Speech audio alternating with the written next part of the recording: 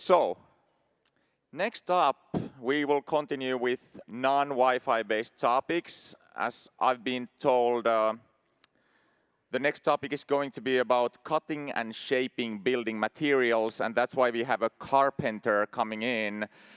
Please welcome Tom Carpenter.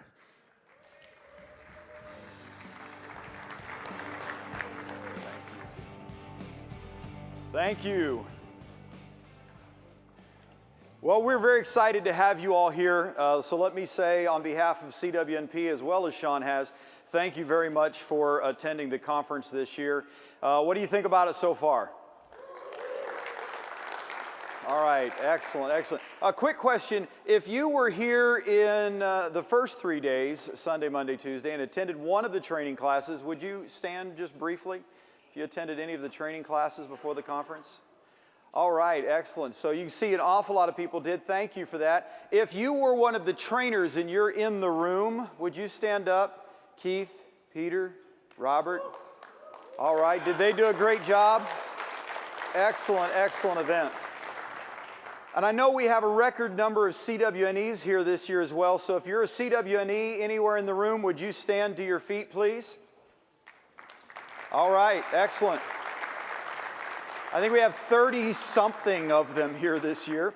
And if you didn't catch it on Twitter, CWNE number 250 was awarded this last week. And so we have reached that next milestone.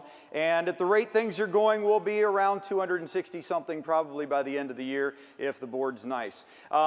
So we have more applications already, and I've heard many telling me that they're just about ready to send it in. So we're very, very excited about that. Keith put a great graphic on Twitter as well, showing you the trajectory of CWNEs that are being approved and the number of CWNEs worldwide. And we just want more of them because CWNEs do have a lot of knowledge about the fundamentals of Wi-Fi, and when they're sitting there in a room, in a meeting, making decisions about wireless, in many cases, they're the ones everybody looks at and says, what do you think?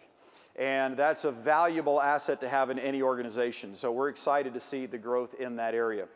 Okay, now with that, we're going to talk in this presentation specifically about what CWNP has been up to in the last year and what our plans are for the future, and maybe just a few predictions about what we might see in the Wi-Fi space over the coming decade or so. So first of all, we did release this year, and all of the materials for them are going to be finalized by the end of this month, 3 new certifications. And these 3 new certifications are CWS, CWT, and CWNA. Some of you may have been at WLPC back in February in Phoenix when I told you that we were going to be introducing 1 new certification and updating CWNA this year. Based on feedback that we received at WLPC, Sean was there, I was there. It was his first opportunity to get exposure to the community on a large scale. And we took a mountain of feedback back from that event and realized we didn't need 1 new certification, we needed 2. And so based on that feedback from the community, that's exactly what we've developed this year. So CWS and CWT have very specific focus, and they've been developed for very specific groups of people. Of course, CWNA is for everybody who wants to be able to effectively administer a wireless network, as it has always been. So let's talk about some of these. Why 2 new certifications? Well, there was the demand from the industry, and it fills a better entry-level gap than CWTS did as 1 unit. So by breaking these groups, these segments or job roles into 2 different groups or segments, we're better able to meet the needs of both of those very large segments. It can act as a better foundational learning material set as well, leading to the CWNA. So optionally, one might choose to take either CWS or CWT or both before CWNA to help the learning curve of CWNA be a little bit less. How many of you in here took your CWNA, you never took the CWTS exam? You went straight to CWNA. Now, some of you, you're too old. Put your hands down. You don't matter. CWTS didn't exist. So for those who had that option and didn't do it, you know that CWNA is a big bite to take off all at once and hold all of that massive amount of information in your head for one exam on one day for 90 minutes of your life that could potentially change your life forever. Yes, that's what I think about our certifications.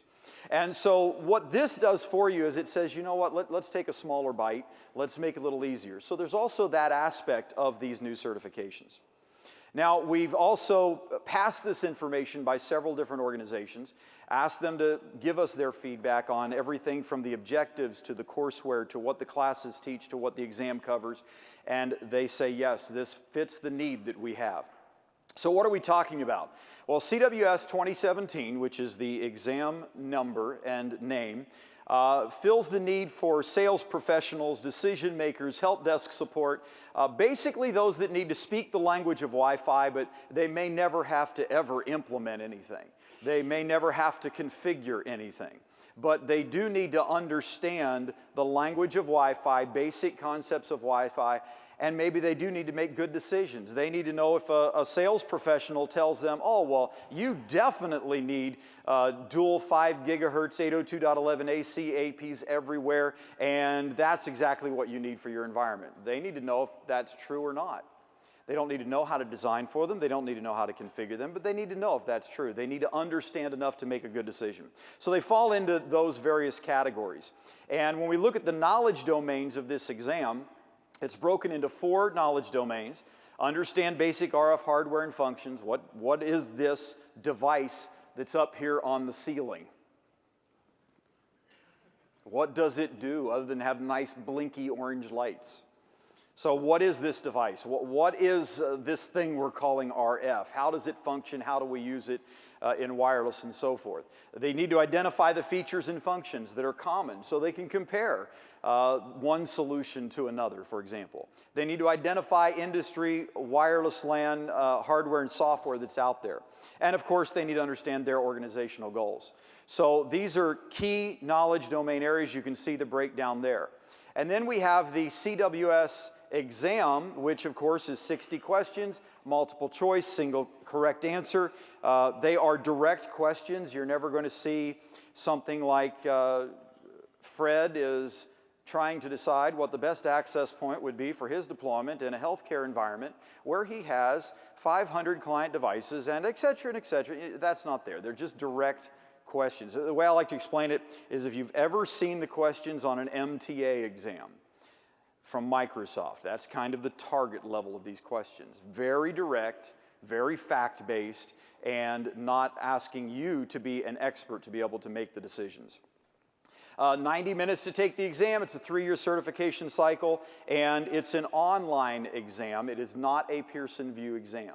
So this way, a company can train 50 or 500 people in their company and then have them all take the exam at the end of the class, and they can hold the certification. So we would call this a low-stakes certification exam. CWS 2017 learning materials, of course, include a study guide, e-learning, courseware, and practice exams, as you might expect. Now, the CWT candidate, think of the install tech. Think of someone who doesn't necessarily have to design a wireless network. They may not have to troubleshoot anything advanced in large enterprise deployments or anything like that, but they might have to mount an AP and configure an autonomous AP or configure a wireless LAN profile in a controller. The point is they might have to do some task where someone else tells them, this is what I need you to configure, and then they just have to go configure that. They may be involved in client support, entry-level administrators, or help desk support professionals.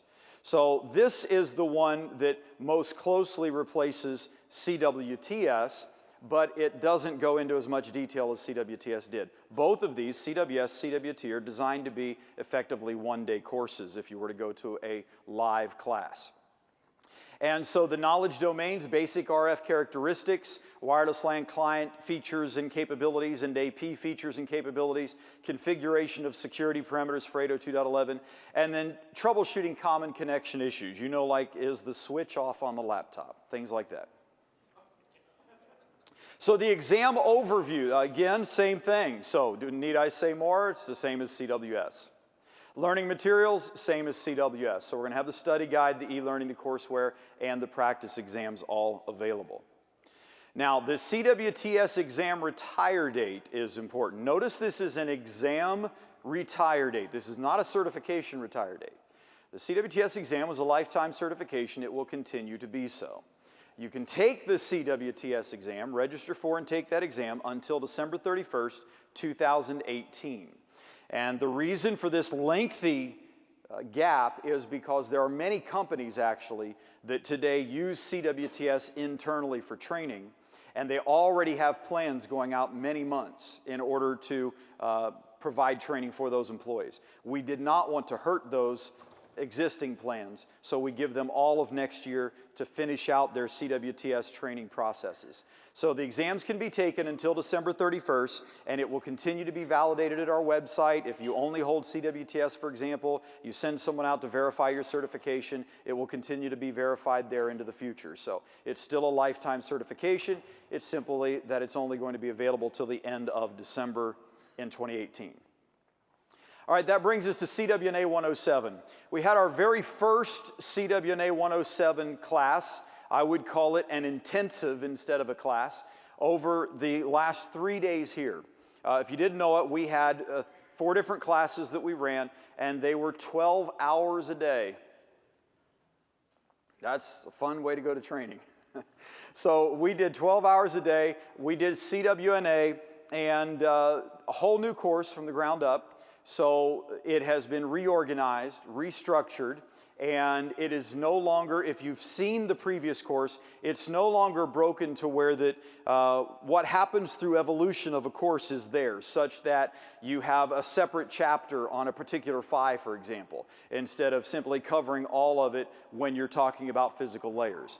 And so it has better sequentiality to it, it has better flow to it, it's easier to grasp the materials because of that. And that's just the nature of evolving a course over time. So we started from scratch, build it up, and we have done that with the courseware. Now the study guide, we have our study guide that we've developed at Certitrek Publishing, and that study guide is completed. There's some editing left to do before the final version goes to print.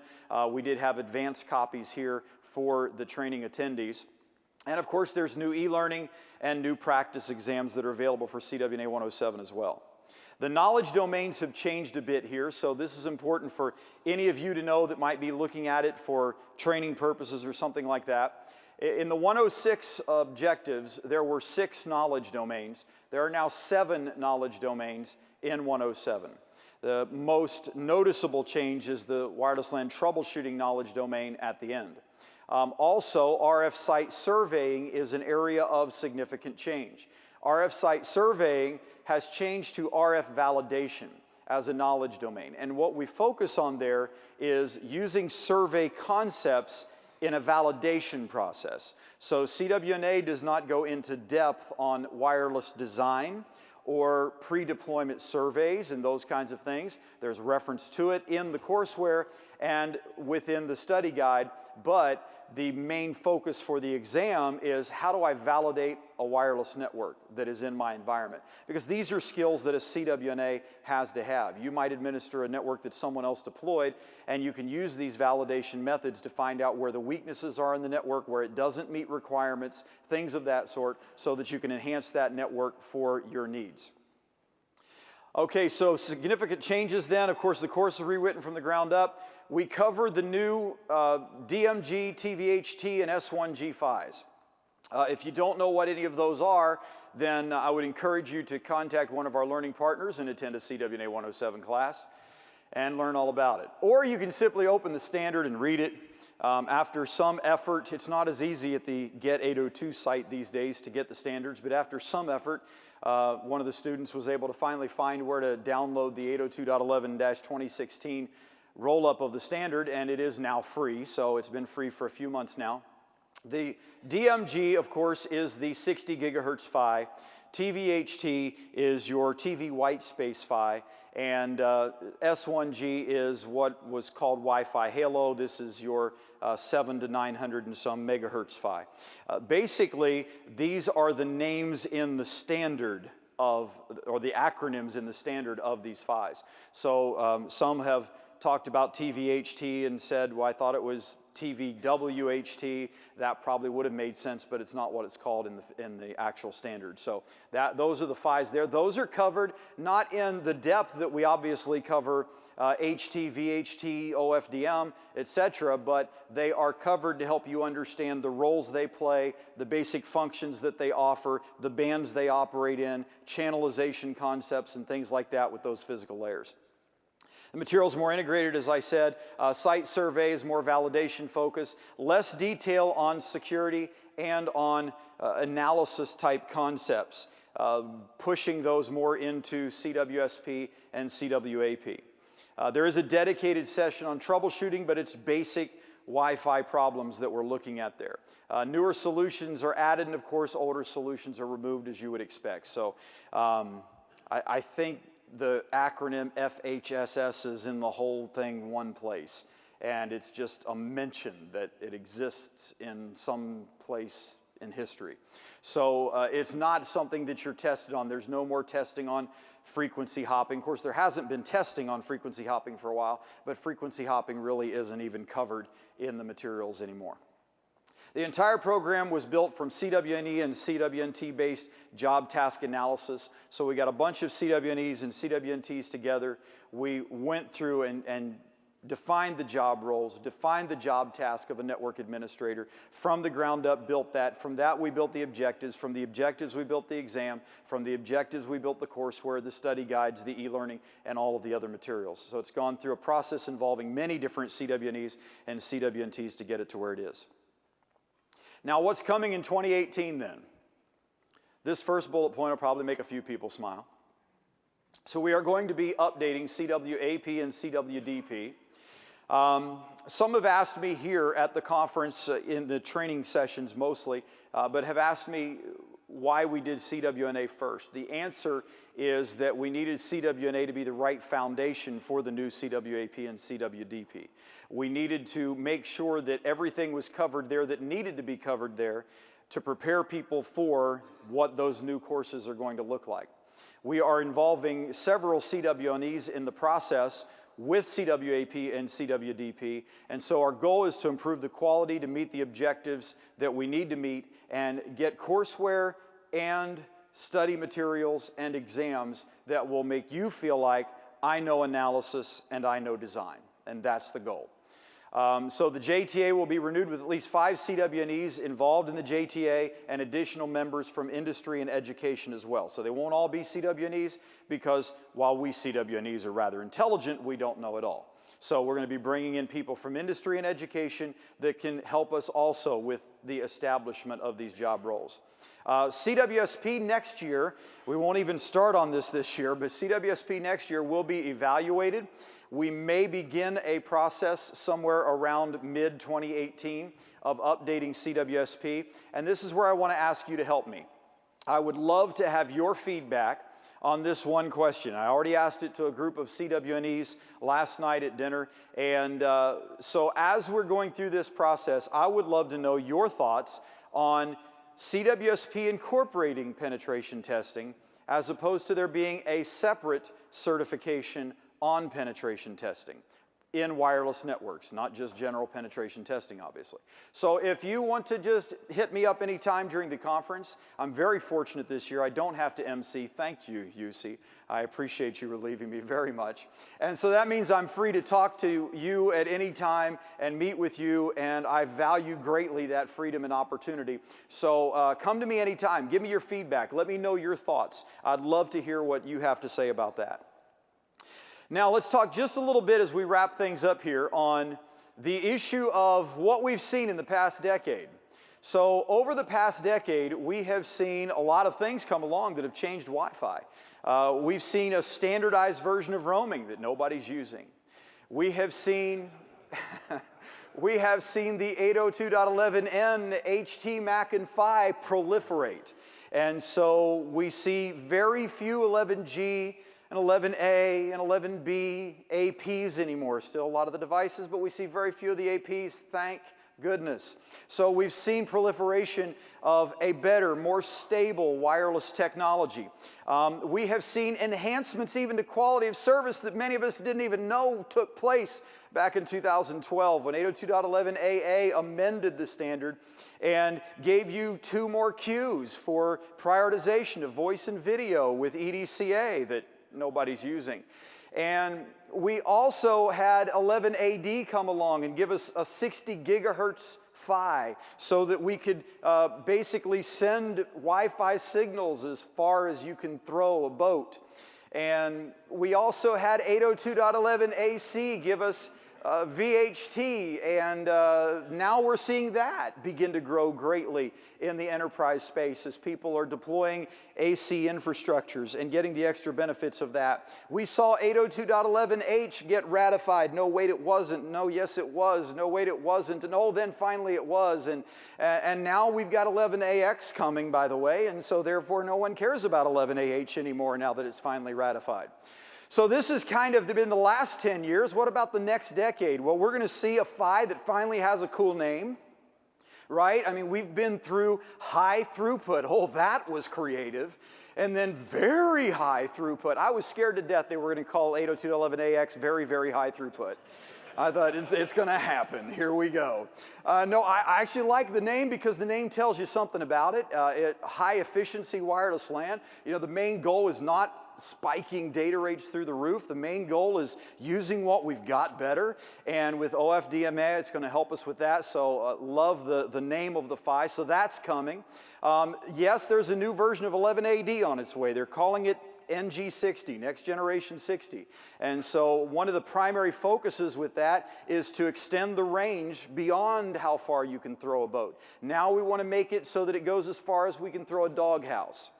So it's a little farther. Their goal seriously is 500 meters with NG60, so it'd be quite shocking if they're able to accomplish it with any normal implementations, but that's the goal. So that's coming along with 802.11a, and this is the real 802.11a.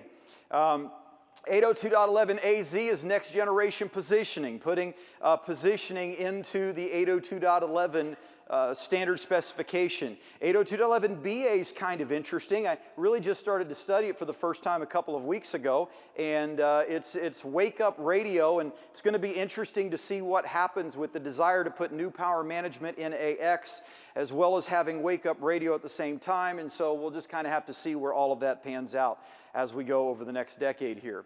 Wireless LANs in the next decade, we're going to see multi-band configurable radios. So not just that there's some radio that could be configured to 5 gigahertz or 2.4 gigahertz, but we're going to be able to see whatever they might support. These are just examples of bands we have today that they can be configured to operate in these different ways for whatever our needs are. We'll see continued improvement with dynamic radio configuration. I chose the phrase dynamic radio configuration and gave it the acronym DRC for one simple reason. Devin has never given a presentation where he knocked DRC. So therefore, this is a good thing, right? So we are already, in just the last couple of years, we've seen a lot of improvements in dynamic radio configuration, mainly because of giving more control over how it can be tuned and how it can be optimized and things like that. And so I think we'll see continued improvement in that area with more use cases where it proves great value. And we'll see design tools that will evolve. And here's where I told UC before I came up, I said, I'm going to tell you what you're going to be working on in the next 10 years. And so UC is going to be working on implementing DRC algorithms, simulating those include in vendor infrastructure solutions into his design software, so that instead of it being Ekahau's own proprietary auto placement AP algorithm, he'll say, you know what, if you don't like ours, here's the one from Cisco, and here's the one from Aruba, and so forth. And now not only can you use ORM to automatically configure your environment, you can do it to automatically configure your Ekahau. And so the ECSE class, I think, can be like 20 minutes after that. And it'll work perfect in the environment.